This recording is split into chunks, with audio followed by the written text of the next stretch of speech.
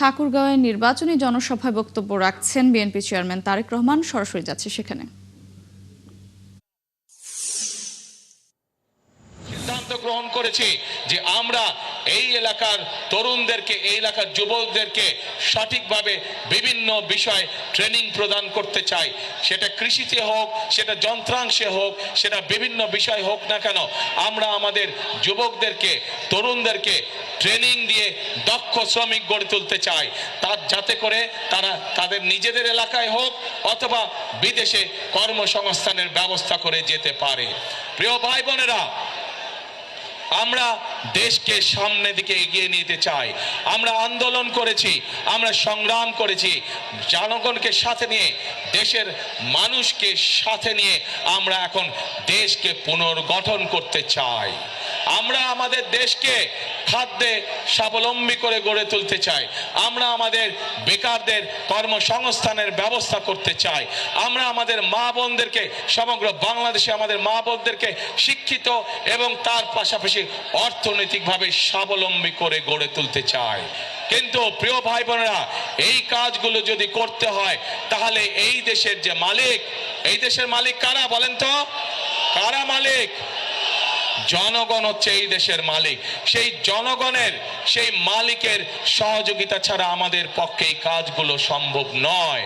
এবং সেই জন্যই আজকে এই মঞ্চে দাঁড়িয়ে আমি আপনাদের কাছে আপনাদের সহযোগিতা চাচ্ছি, আপনাদের সমর্থন চাচ্ছি, আপনাদের কাছে ধানের শীষের জন্য ভোট চাইছি, যাতে করে যেই পরিকল্পনার কথা আপনাদের সামনে আমি তুলে ধরলাম, সেই পরিকল্পনাগুলো যেন আমরা দেশের জন্য, দেশের মানুষের জন্য বাস্তবায়ন করতে চাই। কে ভাইরা, মা বোনেরা, আপনাদের সমর্থন কি আমরা পাচ্ছি ধানের শেষ? ইনশাআল্লাহ। প্রিয় ভাই বোনেরা, নায়াসিনামাইড ও স্যালিসাইলিক সমৃদ্ধ লিলি ফেস ওয়াশ যা ফেসের ডেড স্কিন সেল দূর করে দেয় দ্বিগুণ ফাস্টার ব্রাইটেনিং।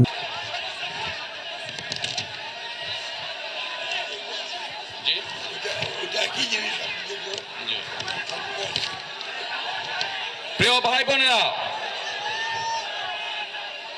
এইখানে এই এলাকার মানুষের অনেকগুলো দাবি আছে।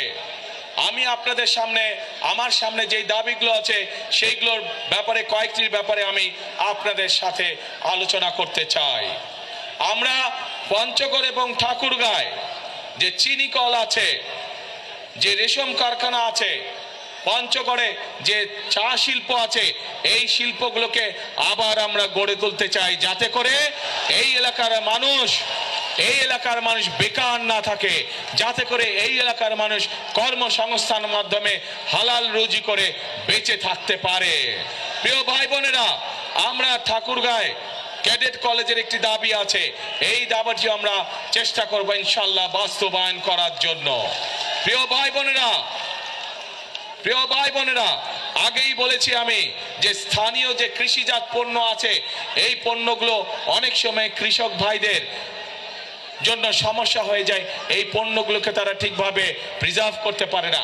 সেই জন্য এই সমগ্র এলাকায়, ঠাকুরগাঁ সহ, পঞ্চগড় সহ, দিনাজপুর এলাকায় আমরা বিভিন্ন জায়গায় যেখানে যেখানে প্রয়োজন আমরা কৃষকদের উপযোগী করে হিমাগার তৈরি করতে চাই, যেন তারা তাদের উৎপাদিত পণ্য সঠিকভাবে সংরক্ষণ করতে সক্ষম হতে পারে। প্রিয় ভাই বোনেরা,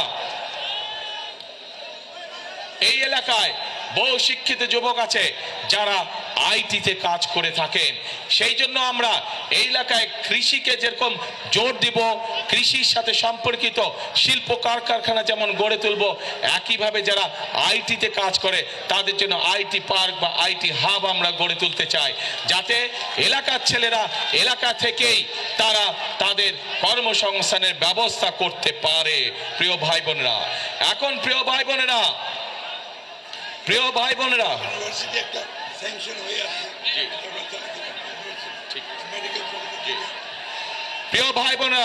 বিগত এক যুগ বেশি সময় ধরে যেই স্বৈরাচার এই দেশের মানুষের কাঁধে বসেছিল, তারা শুধু নিজেদের স্বার্থ দেখেছে, জনগণের স্বার্থ দেখে নাই।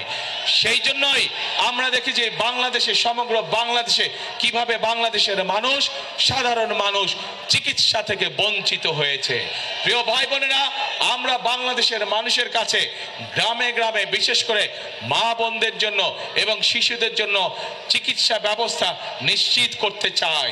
এবং সে কারণেই আমরা সিদ্ধান্ত গ্রহণ করেছি যে ইনশাআল্লাহ বিএনপি আপনাদের ভোটে আল্লাহর রহমতে সরকার গঠন করলে আমরা হেলথ কেয়ারার নিযুক্ত করব, যাদের দায়িত্ব হবে গ্রামে গ্রামে গিয়ে মা বোনদের এবং শিশুদেরকে ঘরে বসে চিকিৎসা সুবিধা প্রদান করা। এবং একই সাথে এই এলাকার মানুষ যাতে আরো ভালো চিকিৎসা পায়, সেই জন্য মেডিকেল কলেজের যে দাবিটি আছে ইনশাআল্লাহ সেটিও আমরা বাস্তবায়ন করব। প্রিয় ভাই বোনেরা, এই এলাকার মানুষ যাতে উচ্চ শিক্ষায় শিক্ষিত হতে পারে এবং নিজেকে গড়ে তুলতে পারে, তার জন্য পাবলিক ইউনিভার্সিটির একটি বিষয় আছে, সেই বিষয়টিকে ইনশাআল্লাহ আমরা দেখব। কিন্তু প্রিয় ভাই বোনেরা, এখন যেই আসল কাজটি, সেই কাজটি হচ্ছে এই যে আপনাদের সামনে কথাগুলো আমি তুলে ধরলাম, এই কাজগুলো যদি আমাদেরকে সম্পন্ন করতে হয় তাহলে আমাদের একার পক্ষে করা সম্ভব না। আমাদেরকে আপনাদের সহযোগিতা প্রয়োজন, আপনাদের দোয়া প্রয়োজন, আপনাদের সমর্থন প্রয়োজন, আপনাদের ভোট প্রয়োজন। প্রিয় ভাই বোনেরা, আজ আমি ঠাকুরগাঁও, দিনাজপুর, নীলফামারী সমগ্র এলাকার, এই বৃহত্তর এলাকার মানুষের কাছে, ভাই বোনদের কাছে, মা বোনদের কাছে আজকে আমি এসেছি ধানের শীষের পক্ষে ভোট চাইতে। আপনারা যদি আমাদের হাতকে শক্তিশালী করেন, আপনারা যদি আমাদেরকে সমর্থন দেন, ইনশাআল্লাহ অতীতে যেমন বিএনপি সকল সময় আপনাদের পাশে ছিল, এলাকার উন্নয়নের জন্য কাজ করেছে, মানুষের দুঃখ ঘুচানোর জন্য কাজ করছে, ইনশাআল্লাহ ভবিষ্যতেও আমরা একইভাবে আপনাদের পাশে থাকবো, একইভাবে এলাকার উন্নয়নের কাজ করব, একইভাবে আমরা এলাকার মানুষের দুঃখ ঘোচানোর কাজ করব। প্রিয় ভাই বোনেরা, আজ এটি নির্বাচনী জনসভা। আমি আজকে মনে করি এই নির্বাচনী জনসভায় সাধারণত আমরা কি দেখেছি, নির্বাচনী জনসভায় আমরা দেখি যে সাধারণত এক দল আরেক দলের বিপক্ষে কথা বলে থাকে। কিন্তু আজ যদি আমি অন্য কোনো দলের বিপক্ষে কথা বলে থাকি, তাহলে জনগণের কি তাতে কোনো লাভ হবে? জনগণের লাভ হবে না। জনগণের জানতে চায় যে জনগণ যে আমাদেরকে ভোট দিবে, আমরা জনগণের জন্য কি করব, এলাকার জন্য কি করব, এলাকার মানুষের জন্য আমরা কি করব। সেই জন্যই আজকে আপনাদের সামনে আমরা আমাদের দলের যে পরিকল্পনা, সেই পরিকল্পনাগুলো আমরা আপনাদের সামনে তুলে ধরেছি এবং এই পরিকল্পনা তুলে ধরার মাধ্যমেই যেই কাজগুলো করব, সেই কাজগুলো করার মাধ্যমে আজ আপনাদের সমর্থন আমরা প্রত্যাশা করছি, আপনাদের সমর্থন আমরা আশা করছি। প্রিয় ভাই বোনেরা, এই দেশটি, বাংলাদেশটি হচ্ছে 20 কোটি মানুষের দেশ।